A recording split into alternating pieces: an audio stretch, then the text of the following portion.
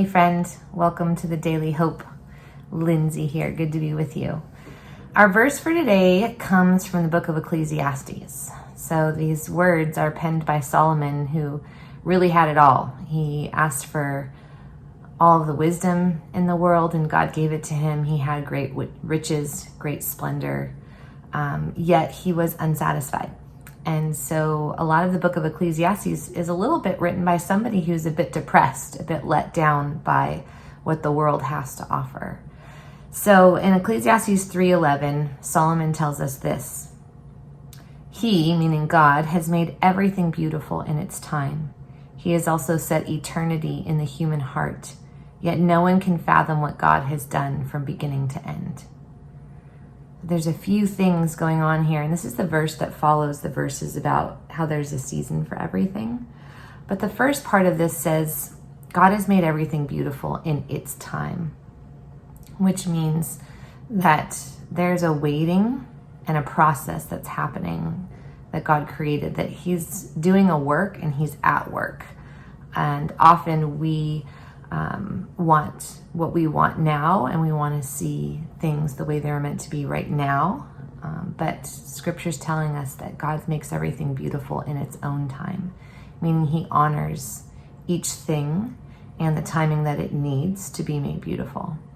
The second thing he says is that God has also set eternity in the human heart. This means that we've got both time and timelessness that are living in tension inside of us. So eternity is set in our heart, and you might experience that timelessness as a frustration in the midst of time, like I do. There's just this tension there that longs for something more, longs for home and something more true and more lasting. Yet here we are in this world where so much is fleeting and is temporary. So that eternity that he set in our heart really creates a tension for us that can be hard to live with. And the last part says, yet no one can fathom what God has done from beginning to end. So here we have this eternity in our hearts, but we can't see the whole picture. Like, we can't even fathom the beginning from the end and the work that God is doing. So we only get to see in part, whereas there's a piece of us that really longs to see things as a whole. So today I just want you to hold on to this verse in a way that helps you to develop some patience for God's timing, that recognizes that that tension that you live with between time and timelessness is normal and hard, and every human has to deal with it. And that lastly, you can't see the whole picture, and you weren't meant to in this time. So God sees the whole picture, and he's at work in the process, and you can trust him.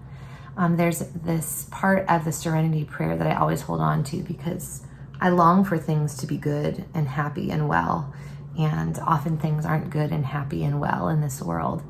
And it's the portion of serenity prayer that not a lot of people know about, but it talks about asking that I may be reasonably happy in this life and supremely happy with God forever in the next.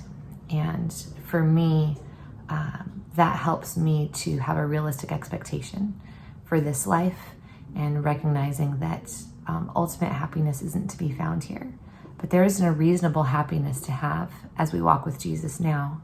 And there's an unfathomable happiness that will be experienced with him in the next life forever.